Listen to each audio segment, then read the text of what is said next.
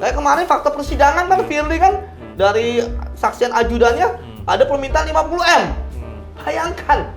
Ya kan? Buset, itu kasus menteri 50M. Kita mati hidup berapa kali? Ya kan, dengan gaji kita sekarang untuk dapetin 50M itu. Kan sebenarnya di internal KPK sendiri sebenarnya sistemnya udah bagus banget Oh, ya sebenarnya ya Bang. Tapi kan sistem Cuma balik lagi ke kepemimpinan ya? Kalau pimpinan, ingat loh, ya kan, ikan busuk dari Pala ya?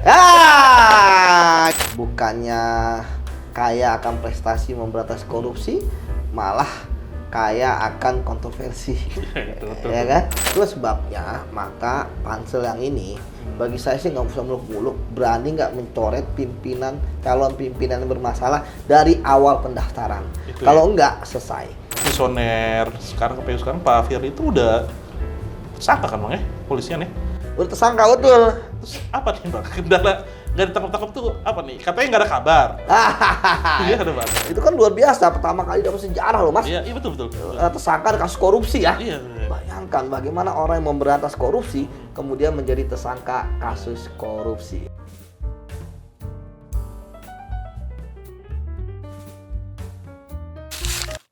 Oke. Tapi kalau misalnya abang yang dialamin abang gitu, misalnya kalau kita lihat kan nih dulu tuh para penyidik ya, intinya para pegawai di KPK ini kan nggak cuma bebannya integritas, tapi juga kan ancamannya juga kuat gitu Bang, ya kayak Bang Novel ya. Sampai seumur hidup. Seumur hidup sampai kita lihat wah ini banget lah kita ngeliatnya gitu. Kalau Abang sendiri ada nggak Bang hal yang dikerjain atau targeting gitu Bang?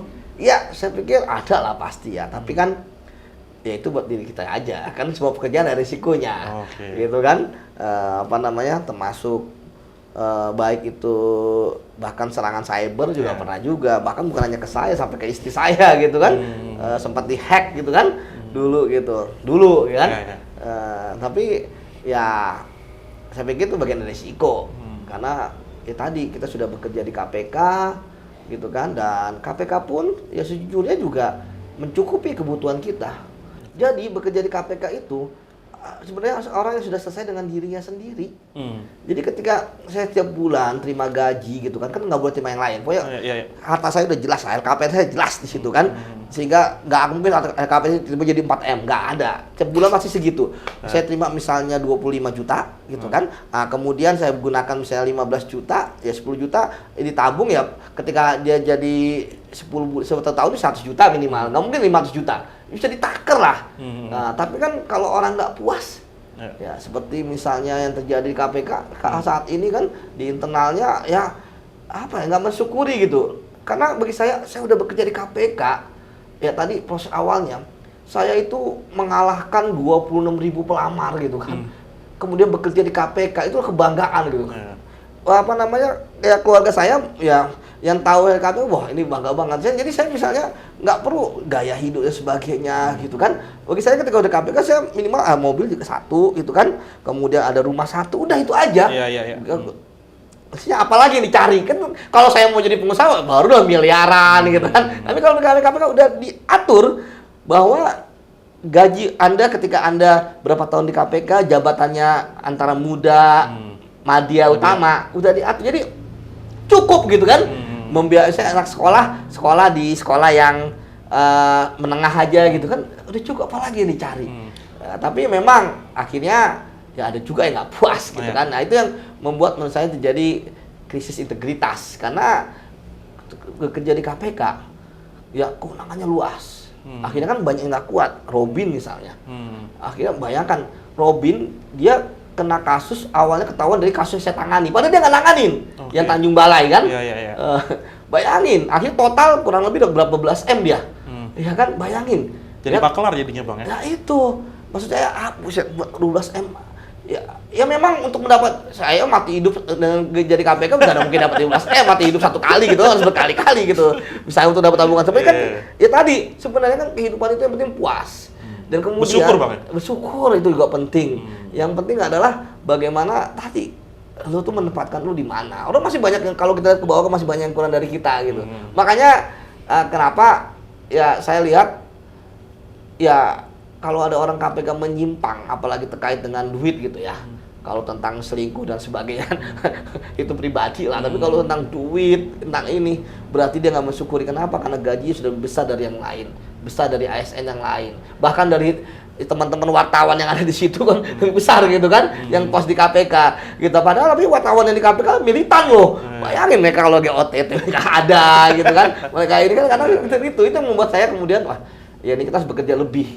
Seperti itu. Jadi berarti emang paling penting adalah yang tadi tuh Bang, gua garis bawain, orang yang kerja di KPK tuh emang harus sudah selesai Bang ya. Sama diri secara ekonomi juga ya. Betul. Maksudnya emang udah nggak ada hal yang dia pengen. Kalau itu jangan coba-coba ya. Betul. Karena emang lawannya itu juga ini Bang, ya kan? Kalau nggak kuat-kuat iman bisa belok kanan kiri bos ya. Iya betul, bisa dapat 12M, 13M mainin kasus misalnya. Iya betul. Kayak kemarin fakta persidangan kan Firly kan dari saksian ajudannya ada permintaan 50M. Bayangkan.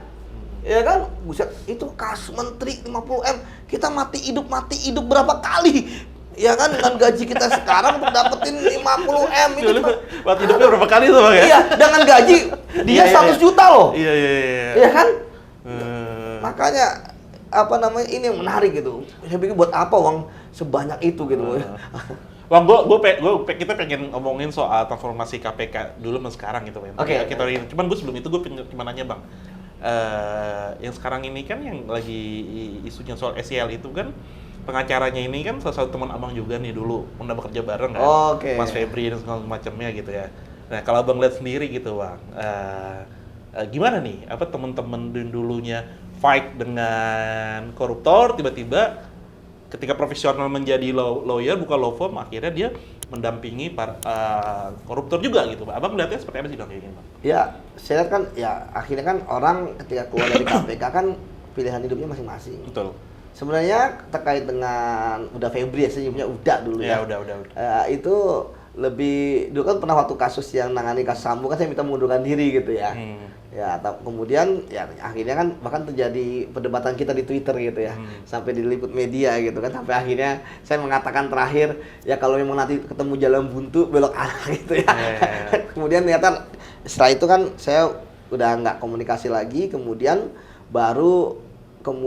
tiba-tiba rame dia menjadi pengacaranya SEL ya bersama dengan teman-teman yang lain gitu kan. Termasuk Mas Mala gitu kan, salah satu yang TWK juga gitu ya. Tapi ya saya pikir akhirnya ya memang ya itu adalah pilihan mereka. Ya mereka pun sudah men-set mereka sudah seperti itu gitu ya. Ya kemudian kemarin juga bahkan di sidang gitu ya menyampaikan Uda Febri ya saya pikir gede tuh Bang gajinya ya. Ya memang kalau saya lihat sih itu pasaran gitu ya. Berarti sebenarnya mereka nggak jatuhin pasaran juga. Kalau saya berhadapan dengan lawyer kan, saya segitu gitu kan, masih gitu kan. Ada patokannya mereka kan. Biasanya dilihat dari beberapa kerugian negara, kemudian statusnya gitu kan ya. Tapi ya sekali lagi memang yang disayangkan kan ex-KPK gitu kan. Bahkan dulu pernah state nggak akan menangani kasus kalau itu terkait dengan korupsi gitu. Tapi ya sekali lagi ya mereka udah bukan bagian dari KPK sama kayak saya, tapi kan tentu sudah punya nilai-nilai yang berbeda lagi. Nah sekarang ya tinggal publik saja gitu kan. Toh kehidupan juga mereka yang menjalani seperti itu. Namun ya sekali lagi ya tentu kita menyayangkan ya kemarin ngambil kasus ini ya. Tapi sekali lagi ya kembali kepada ini kan tergantung orangnya. Kan iya kan? Ya tergantung ada orangnya. Gitu kan. Emang toh itu kan dan memang itu kan terkait dengan etis dan tidak etis saja. Ketika hanya itu aja gitu kan. Anda ex-KPK penanganan kasus korupsi kan itu pertanyaannya bukan. Kalau pidana kan bukan gitu kan. Gitu. Ya sekali lagi ya tetap kita berteman gitu kan. Oke Bang, gue udah jadi transformasi lah. Kita ngomongin transformasi KPK deh. Minum dulu lah. Minum dulu dah. Ini kan mau pansel, apa lagi pansel nih Bang ya? Wah, ini pansel. Berarti sebelum pansel itu gue pengen ngeliat performa KPK sekarang yang tadi kita di awal banget tuh udah jelasin tuh abang tuh 5 komisioner itu terduga lah ya atau ada hal yang emang quote-unquote mencederai integritasnya mereka gitu. Dan satu lagi kalau gue lihat sebagai masyarakat gitu ya, kayaknya nih panggung korupsi ini, panggung lah gue sebut apa ya namanya tepat gitu ya, panggung lagi, peran untuk pencegahan penangkapan korupsi segala macam nih kayaknya seolah-olah sekarang lagi bergeser ke ambil nih Bang sama kejaksaan atau lagi maksudnya taring KPK sebagai lembaga yang untuk penindakan korupsi itu kayak menurut gue akhirnya isunya ya udah berantem di internal aja gitu loh Bang. Isu-isunya udah isu soal KPK si komisionernya sampai isu perselingkuhan, bla bla segala macam, broker kas segala macam, akhirnya yang keluar gitu aja Bang. Kalau Abang sendiri mantan alumnus nih. Alumnus tuh alumni nggak lulus ya. Kita lulus kan bener ya. Mantan alumnus nih gimana sih Bang, menyayangkan atau gimana Bang lihat kondisi saat ini? Sedih lah ya. Kenapa KPK yang dulu lahir dari semangat embrio reformasi gitu ya, kemudian ternyata seperti ini gitu. Akhirnya yang terjadi adalah bukannya kaya akan prestasi memberantas korupsi, malah kaya akan kontroversi. Ya kan? Nah, inilah yang kemudian ya tentu semua pihak harus bertanggung jawab. Ya. Kalau memang KPK masih dibutuhkan, ya perbaiki gitu. Kita tahu bahwa kan nggak sekonyong-konyong KPK rusak sekarang, kan sudah kita peringatkan dari adanya revisi undang-undang KPK. Demo banyak di mana-mana, bahkan sampai ada yang gugur gitu ya, mahasiswa, sampai nama mereka kita jadikan auditorium ya, nama auditorium di KPK gitu kan. Termasuk beberapa ruangan juga dinamakan mereka yang gugur ketika menolak revisi undang-undang KPK. Nah, kembali kepada permasalahan KPK, sebenarnya paling penting itu adalah integritasnya. Sekarang saya lihat kan ada wacana revisi lagi undang-undang. Ya revisi lagi undang-undang, kalau orang-orang yang nggak berintegritas buat apa? Permasalahannya bukanlah di undang-undangnya. Kita ingat sempat kita kan waktu belum disingkirkan itu, kita masih bisa menggunakan itu untuk nangkapi menteri. Ya, betul. 2 malah. Betul. Ya kan, Menteri Sosial sama Menteri KKP. Ya kan. Kemudian selanjutnya bagaimana saat ini kan kemudian juga Pansel dulu juga udah kita peringatkan, jangan pilih orang bermasalah. Dipilih bermasalah sekarang, ya bermasalah kan. Nah, itulah sebabnya maka Pansel yang ini bagi saya sih nggak usah muluk-muluk, berani nggak mencoret calon pimpinan yang bermasalah dari awal pendaftaran. Kalau enggak selesai. Dulu kita ingat ya, ketika zamannya pemilihannya Firly dan kawan-kawan, kita demo terus. Ya kan, kita tolak capim bermasalah, tolak cakim melanggar etik. Bahkan sampai kita audiensi. Memang mereka menerima, komunikatif, mendengarkan, tapi nggak dilakukan buat apa? Akhirnya prosedural aja kan. Nah, kalau ini saya lihat kemarin kan mereka mengatakan, ini akan jadi beban kami karena ini kan. Pansel itu udah kebentuk belum ya? Udah kebentuk. Kemarin udah pendaftaran dari tanggal 26 Mei. 26 ini sekarang Juni ya. 26 Juni nanti sampai dengan 15 Juli. Jadi saya pikir Pansel ini kan sudah diisi oleh Pak Ate misalnya, Kepala BPKP, ada juga akademisi rektor kan, IPB, kemudian juga PPATK juga ada. Kalau misalnya masih tembus ya orang-orang yang bermasalah dari sisi rekening gendut misalnya, harta yang tidak wajar misalnya, pelanggar etik berat misalnya, ya, atau kemudian rekam jejak yang buruk misalnya. Ya, saya nggak tahu KPK kedepannya akan jadi apa. Karena ingat loh, ya kemarin ada beberapa waktu yang lalu kan KPK akan dilebur, ya kan, KPK akan diganti akan dilebur dengan ombudsman ya. Bahkan ada isu akan dibubarkan. Nah, itu yang menurut saya ya yang menarik nih tengah kondisi ini. Apakah kan Pansel ini akan memilih 10 ya capim? Saya harapkan sih 10 capim ini yang terbaik, sehingga siapapun yang dipilih oleh DPR ya, maka tidak ada yang kontroversi karena semuanya udah bagus. Seperti itu sih, Mas. Kalau Abang sendiri gitu ya ngelihat saat ini kan apalagi kemarin tuh kalau gua nggak salah komisioner sekarang KPU sekarang Pak Firly itu udah tersangka kan Bang ya, polisian ya? Udah tersangka, betul.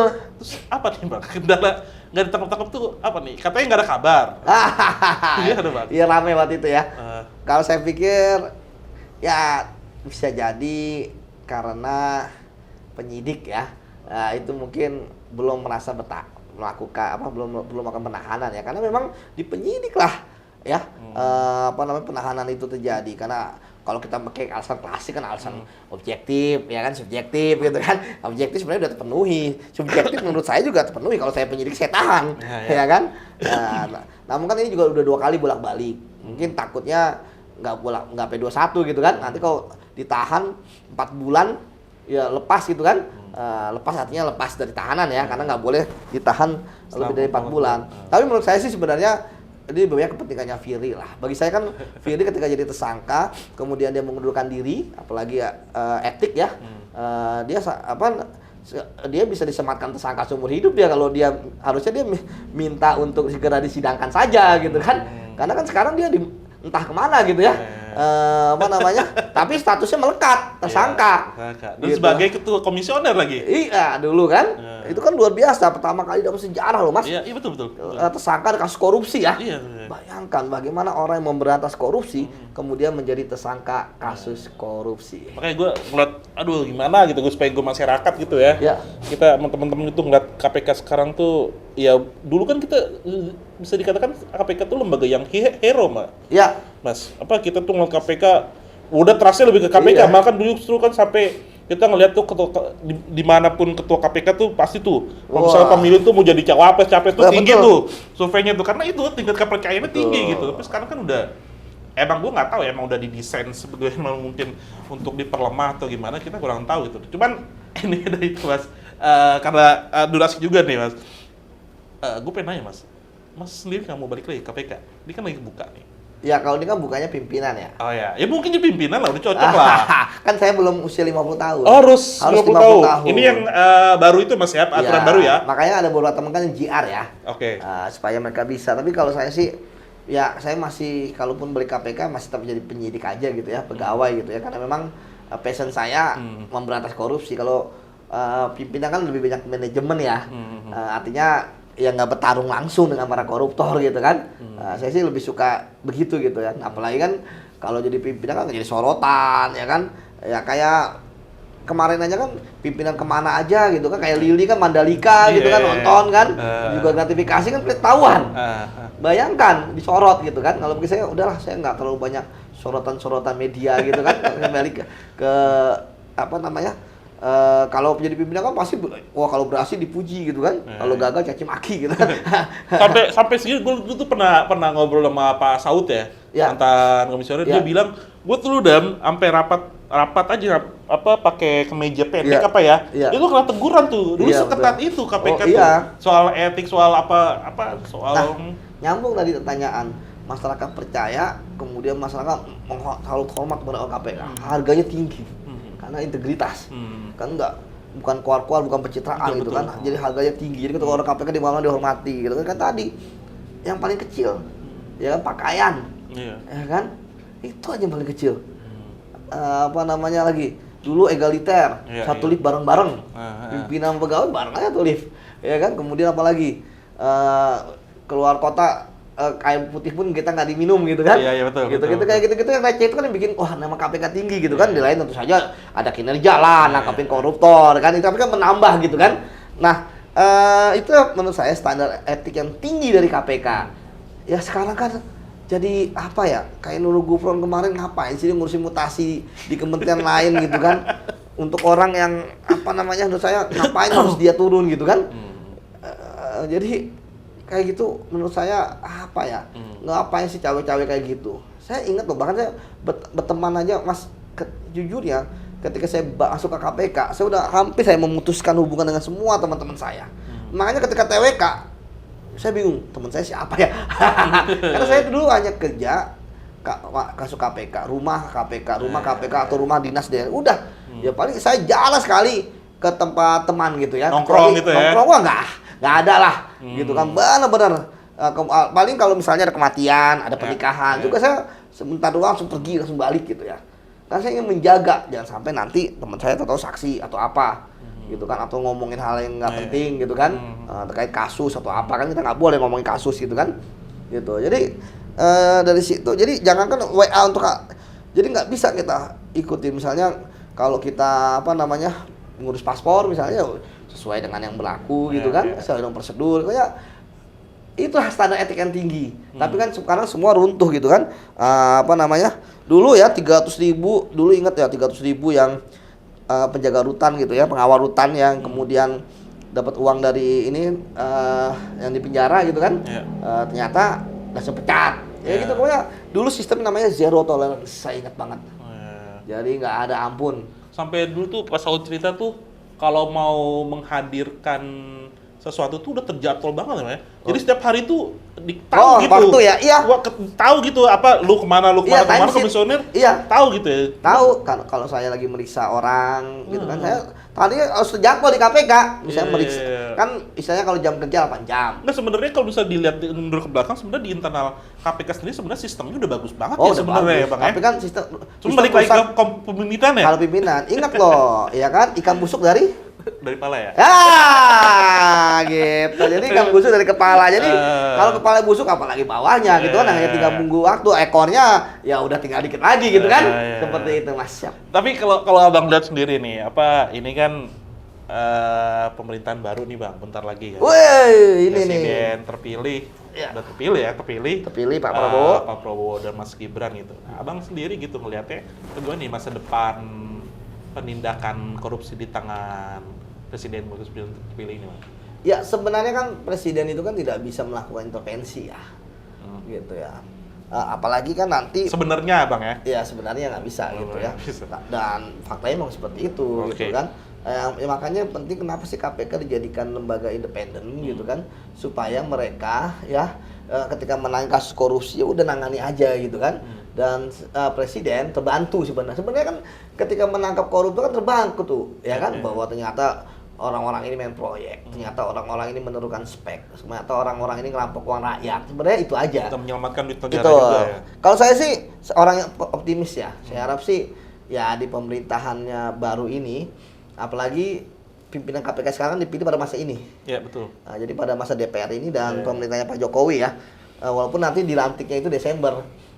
Jadi kita harapkan bahwa nantinya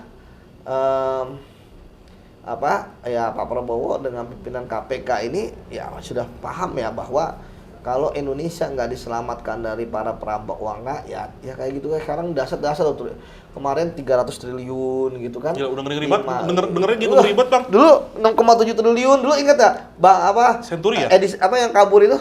Edi Tansil. Nah. Itu kan berapa triliun kan? Itu ya sekarang kayak hal yang biasa ya. Bayangin 300 triliun kerugian negara itu yang di-state oleh teman-teman di kejaksaan itu bisa beli seblak berapa? Tumpuk tuh ruang kejaksaan. Jadi saya pikir luar biasa ya korupsi yang terjadi di negara kita, dan itu saya yang menaruh harapan besar ya, optimis bahwa Pak Prabowo dan Mas Gibran ya mereka apalagi kan waktu kampanye ya kan ada tentang masalah korupsi ya. Ya mereka akan melakukan perbaikan sistem waktu itu ya.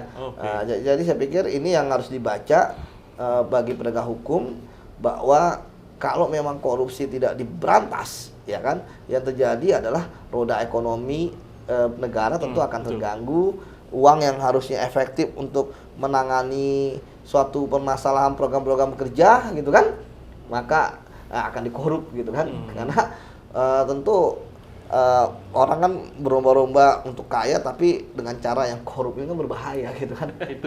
itu quotes ya.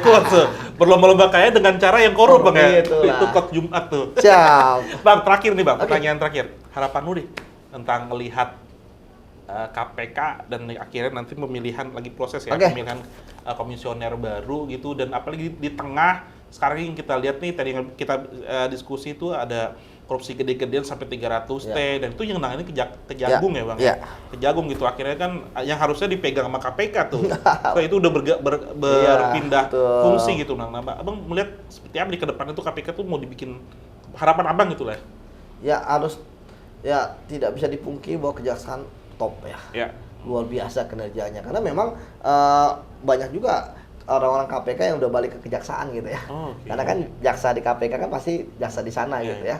Akhirnya mereka balik ke KPK, kemudian dia ada kontribusinya juga dan akhirnya ya, luar biasa lah Kejagung sekarang. Kembali kepada pansel tadi ya, saya nggak bohong untuk mengatakan bahwa ini adalah pertaruhan. Pertaruhannya bukan nanti ketika mereka terpilih 10 ternyata buruk semua, kan? Itu enggak, itu akan terlihat dari nanti. Ya, saya harap pansel langsung berani mencoret ketika ada nama yang bermasalah. Entah rekening gendut, soal iya, betul. Yang tentu informasinya bisa mereka tracing sendiri, ada PPTK loh. Iya, betul. Ya kan, ada bukan mereka bisa minta KPK. Si ini misalnya si Yudi daftar, ya kan? Si Ari daftar, ya kan? Itu mereka punya infrastruktur udah sendiri punya yang lah. bagus lah ya. Mereka bisa minta kejaksaan, minta kepolisian, minta ke BIN gitu kan. Itu bisa. Kalau yang ada masalah, coret seperti itu. Jadi kalau mereka misalnya nggak berani mencoret dari awal, kemudian maju terus bahkan sampai akhir, maka yang terjadi adalah ya ketidakpercayaan pada KPK akan semakin turun dan akan sulit kita memberantas korupsi karena berantas korupsi itu basisnya adalah kepercayaan masyarakat. Betul. Seperti itu. Ini jadi gimana ya? Turun. Itulah. Oke, Bang Yudi. Siap. Terima kasih banyak udah mau berdialog sama kita, diskusi bareng-bareng hari ini. Siap. Semangat terus untuk selalu semangat untuk mencegah korupsi di Indonesia dan bersuara. Itu penting. Ya, teman-teman, terima kasih. Sampai jumpa kembali.